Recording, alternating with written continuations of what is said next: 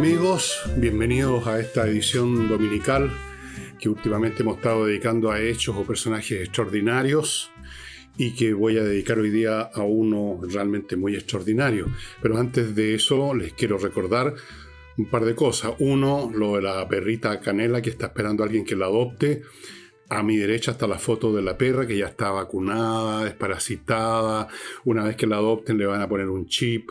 Es una perrita encantadora que está esperando que alguien la reciba en su hogar para darles amor. Porque eso es lo que dan las mascotas, en cantidades infinitas, sin límites y sin condiciones. Así es que pónganse en contacto. Hay un mail de Montserrat Guajardo, que es la persona que está a cargo de esta operación en este momento. Eso es una cosa. Y la otra es recordarles mi libro Para no tirarse por la ventana, que es para no tirarse por la ventana, o sea, para evitar muchas de las situaciones que nos deprimen, que nos angustian y que nos llevan a algunos a veces a fantasear en terminar con nuestras vidas o qué rico sería estar muerto. Bueno, para no tirarse por la ventana, porque uno tiene que pensar no solo en uno, ¿no? Tiene que pensar en sus familiares. Uno es necesario para otro. No, uno no tiene que mirarse el ombligo. Bueno, pero además se van a morir de la risa porque tiene mucho humor y no es pura chacota. Esto está sacado, exprimido de lo que he aprendido de leer durante muchos años, lo que han dicho sobre esta materia un montón de filósofos y lo que yo mismo he aprendido por el curso de mi vida, larga ya a estas alturas, ¿no? 76 años no deja de ser. Y bueno, vamos a entrar en materia. Si a usted le preguntan, o yo creo que a casi cualquier persona que dé nombres de genios científicos y cosas así, la mayoría inmediatamente se va a acordar de Albert Einstein, por ejemplo. Otros se van a acordar menos de Isaac Newton. Otros aún menos se van a acordar de Sigmund Freud. Otros se van a acordar de Charles Darwin, quizás. Y un par más. De matemáticos no se van a acordar de ninguno, son menos conocidos. Se van a acordar quizás de Galileo, pero nadie se acuerda y nadie sabe de un señor que se llamaba Alexander Humboldt. Y la palabra Humboldt, si les produce algún efecto, es porque la asocian con la corriente de Humboldt, que se le puso ese nombre por este señor.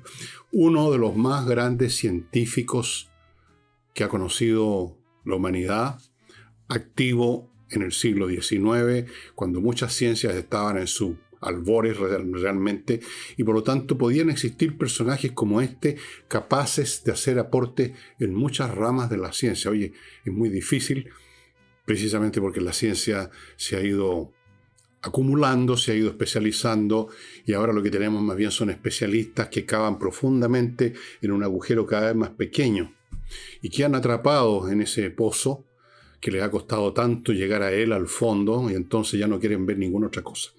Bueno, este personaje, Alexander Humboldt, nació en 1769 y murió en 1859, o sea, cumplió 90 años. Fue un genio universal, el tipo de genio que hoy día no existe por, como les digo, la especialización que lo hace muy difícil, si no imposible, realmente ser un genio universal. Una persona culta y con intereses puede conocer el ABC de varias ramas, pero no de todas y solo el ABC. Si uno quiere saber más, no tiene tiempo, espacio y energías para estudiar otras cosas, pero él sí, porque estaban empezando, y ese es el tipo de hombres que son necesarios para no solo iniciar varias ramas, sino que en cierta manera conectarlas, cosa que empieza a parecer más difícil después. Él fue naturalista, explorador, geógrafo, físico, humanista, precursor de la ecología y de las ciencias del clima. Su étendue, su extensión, su conocimiento era tal que Goethe, otro genio resplandeciente de ese periodo, un poco antes, lo llamaba el segundo descubridor del Nuevo Mundo. Y Charles Darwin decía que sin él nunca habría hecho su viaje en el Beagle, y todos sabemos, sin ese viaje en el Beagle no habría habido luego lo que desarrolló Darwin, la teoría de la selección de las especies, de la evolución de las especies. Así es que vamos viendo este personaje desconocido por el 99,99%, uno de los grandes genios universales, como les dije, precursor, iniciador y empujador de varias ramas de la ciencia. Era un hombre noble, o sea, nació en una familia noble de Prusia, en Berlín, o sea, más noble que eso imposible. Mostró siempre, como ocurre generalmente con estas personas que van a destacar, desde joven mostró un interés por, en este caso dicen, febril, enfebrecido, loco por la naturaleza. No era el único en esa época. Por momentos era moda un poco salir a la naturaleza, recolectar flores y cosas, pero por supuesto hay una distancia enorme entre quien lo hace por seguir la moda o por divertirse un rato y quien realmente está obsesionado. Él recolectaba plantas, recolectaba minerales, recolectaba insectos, recolectaba todo, trataba de clasificarlo, hacía experimentos eléctricos y químicos en su casa, todo esto desde muy joven. Estudió en varias universidades, Frankfurt, Göttingen y Freiberg, donde en la última aprendió mineralogía y geología con otro tipo muy importante, Abraham Werner, lo que le dio una base técnica bastante importante. Dicho sea de paso, si no me equivoco, Humboldt fue más o menos contemporáneo y fue amigo, se conocieron, de otro tremendo genio aún menos conocido que Humboldt porque es un genio de las matemáticas y de eso se conoce muy poco. Gauss. Gauss es un caso extraordinario, les voy a decir por qué. Este es un paréntesis. Gauss, al contrario de Humboldt, nació en una familia muy pobre, o sea, de las clases más bajas de Alemania. Es alemán Gauss, o sea, de lo que era, de lo que sería Alemania, ¿no? Y papá lo mandó al colegio. Y un día, estamos hablando de un niño chico, estamos hablando de un niño de 5, 6, 7 años, por ahí 8, no sé en qué momento ocurrió lo que les voy a contar. El profesor de matemáticas les puso el siguiente problema. Les dijo, agarren papel y lápiz y denme el total de la suma de todos los números del 1 al 100. O sea, 1 más 2, el resultado más 3, el resultado más 4 y así hasta llegar al 100. Y empezaron los chiquillos a hacer esas operaciones. Y en unos pocos minutos, el chico Gauss apareció frente al profesor con el resultado. Al niño se le ocurrió un procedimiento que a mí, cuando intenté reinventarlo, una noche que no había que hacer, me puse a pensar, me tomó por lo menos un par de horas llegar más o menos al algoritmo que se requiere para no tener que hacer esa suma. Al niño le tomó 2, 3 minutos y era un niño que no sabía nada. Eso es un genio. Bueno, con ese genio fue amigo, tuvieron algunas relaciones, incluso creo que hicieron algunos viajes juntos. No, Gauss no se movió nunca de su casa. El hecho, volviendo a Humboldt, que era un hombre muy curioso, coleccionaba plantas, coleccionaba de todo, fue a varias universidades y en 1799 viajó a América. Un viaje que le tomó 5 años, lo terminó en 1804. Fue una tremenda aventura científica para él, no fue solo, lo acompañó un botánico francés. Recorrieron un montón de países, casi llegaron a Chile, pero no llegaron. Estuvieron en Venezuela, Colombia, Ecuador, Perú, Cuba, México. Cuando estaban en Perú, bajando hacia el sur, casi entraron a Chile, pero no lo hicieron, se retornaron. Ascendió un volcán, que era el Chimborazo, que se creía que era el más alto del mundo, todavía no se conocía, el monte Everest. Hizo toda clase de mediciones, medía temperatura, presiones atmosféricas, campos magnéticos, corrientes oceánicas, distribuciones de especies, dónde se encuentran tal tipo de animales y dónde están estos otros. Observó, por ejemplo, que la vegetación cambiaba con la altitud, como todos sabemos ahora, pero lo sabemos ahora todo. Antes no lo sabían mucho. De la misma forma que con la latitud. Una idea revolucionaria que anticipa los ecosistemas y las zonas climáticas modernas. Y desde luego ustedes pueden ver que sin duda Charles Darwin leyó estas cosas de Humboldt porque Charles Darwin no operó en el vacío para llegar a su teoría de la selección de las especies por los mecanismos que ustedes ya conocen.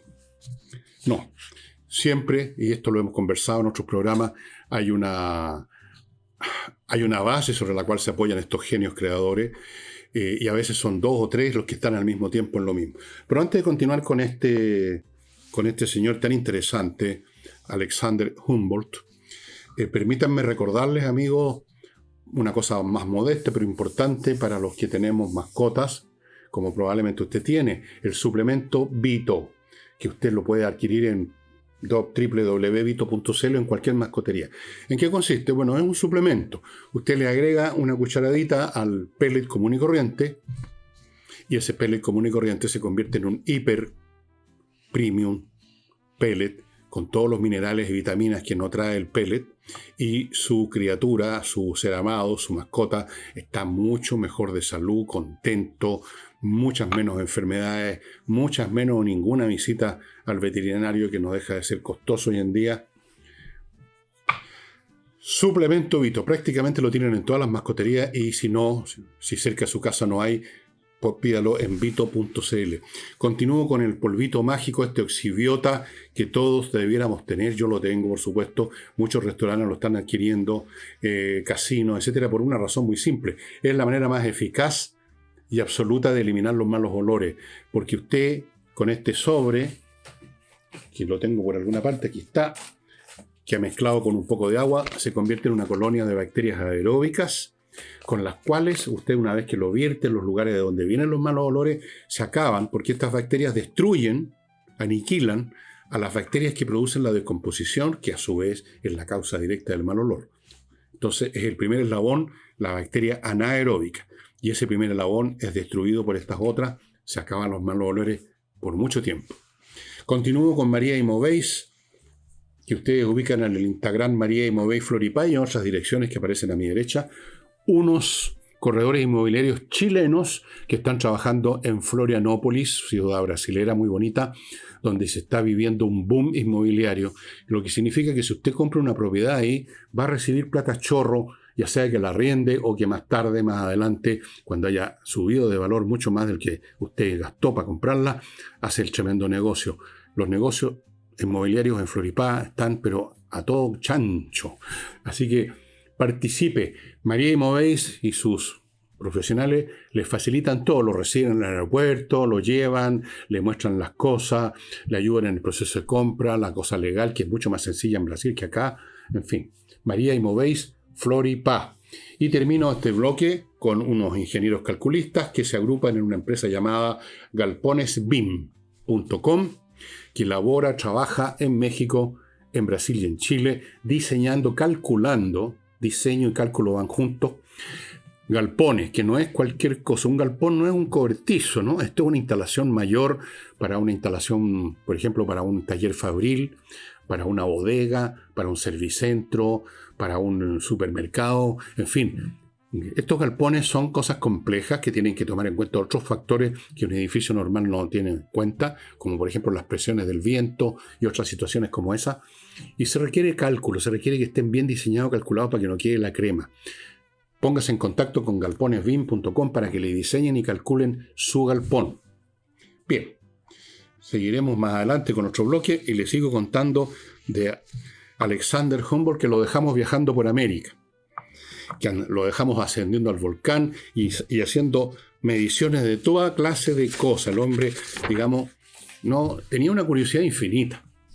Era lo que antiguamente se llamaba, ya no se usa la palabra porque no existe la entidad que era designada con esa palabra, el polímata, alguien que se dedica a muchas cosas, pero se dedica profesionalmente, bien, no meramente un aficionado como uno que lee, puede leer de muchas cosas, pero uno no es un polímata, uno curioso nomás. A lo más una persona culta, como dicen, pero un polímata es un creador en muchos campos. Bueno, él era eso.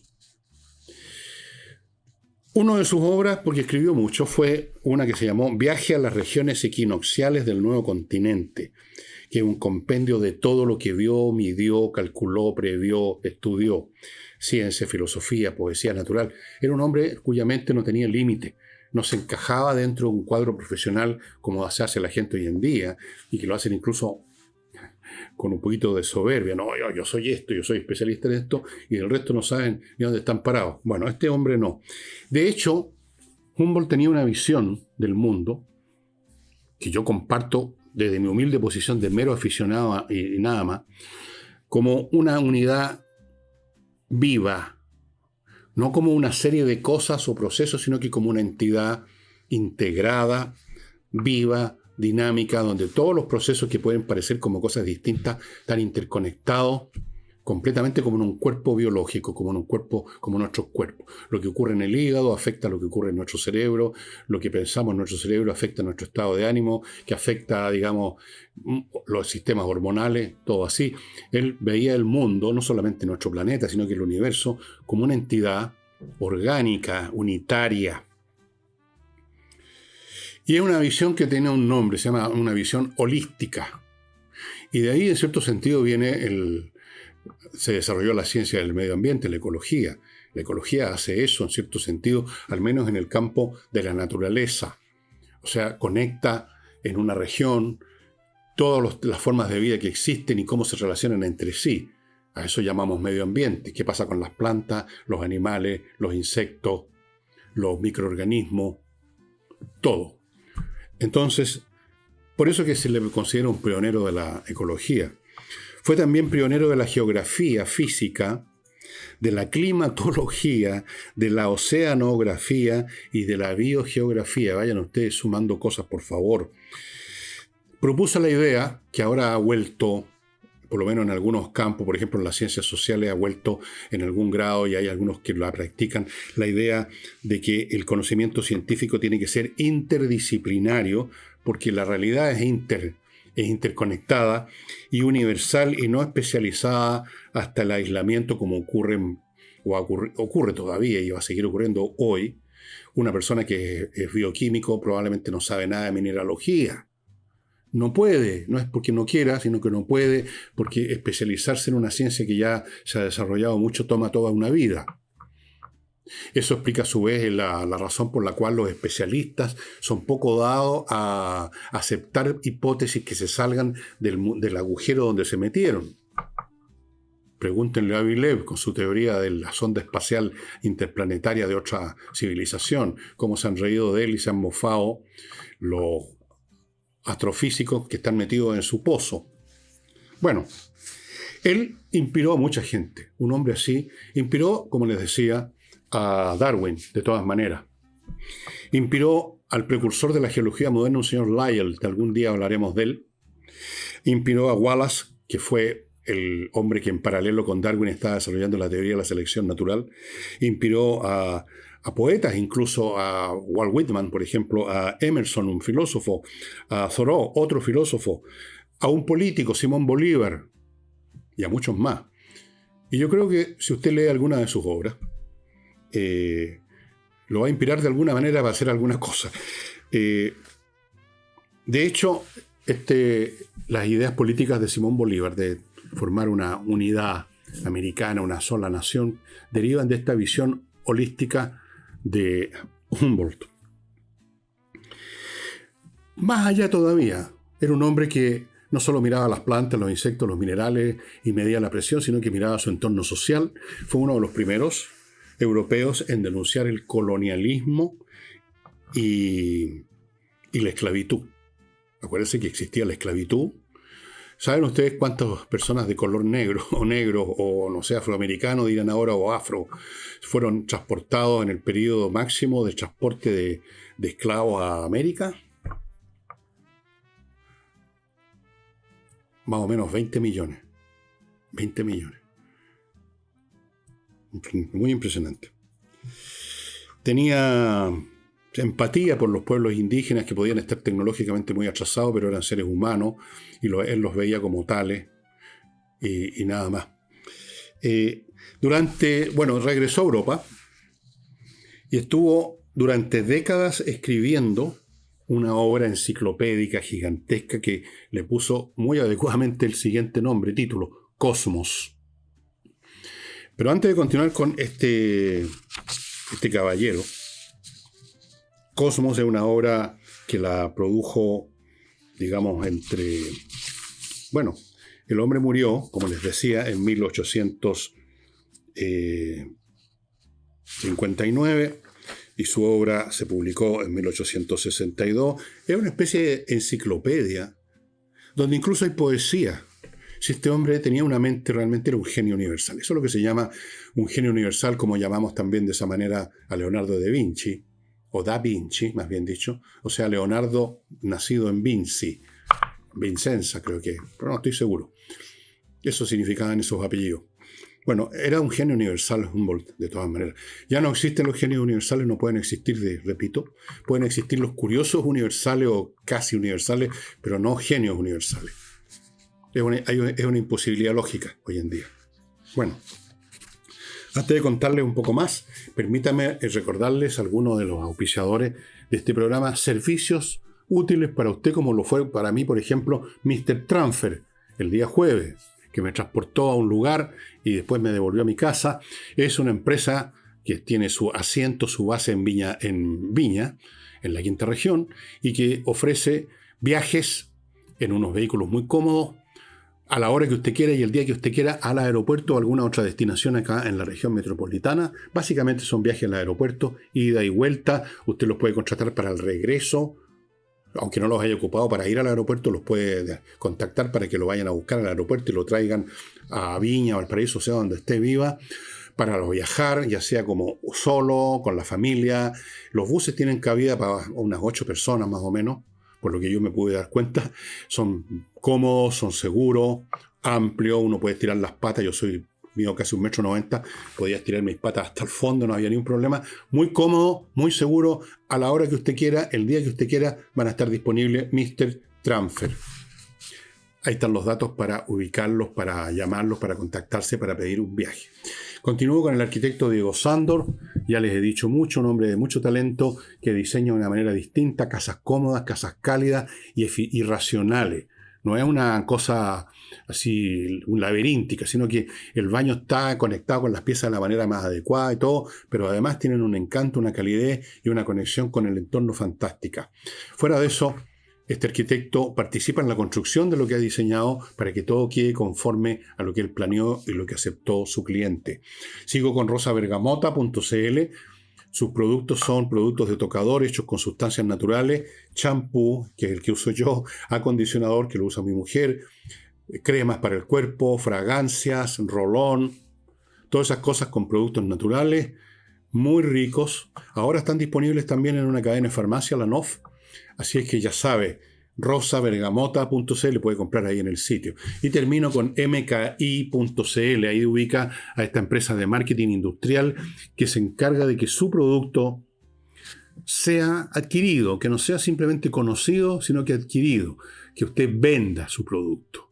Eso es lo que usted quiere, vender, no que lo conozcan nomás, que lo compren. Y eso requiere una acción de marketing que va mucho más allá de poner avisos en alguna plataforma. Hay que hacer otras cosas y eso es lo que hace mki.cl. Si usted tiene una industria de servicios, de productos físicos, lo que sea, y la verdad es que la cosa no está muy fácil con el mercado, póngase en contacto con mki.cl, por lo menos contáctese y pregunte qué pueden hacer por usted. No le cuesta nada y puede cambiar completamente la gestión de su empresa. Bueno, el hombre fue muy conocido, desde luego. Y se le reconoció en su tiempo como un tipo fantástico, como un sabio. Se le veneró. Cuando murió se le hizo un funeral de estado. Su nombre está en muchas partes. El mar de Humboldt, la corriente de Humboldt, el río Humboldt en Nevada, Estados Unidos. Hay una zona de la luna que se llama Humboldt. Y muchas especies y montañas y ciudades llevan su apellido. ¿Se imagina usted lo importante que fue este caballero y lo poco conocido que es? Increíble eso. Pero no es el primer caso, ni va a ser el último, de un fulano tan importante en el desarrollo de la ciencia que no se conoce. Para ser conocido, un científico tiene que estar asociado con algo melodramático, como ocurre con Einstein.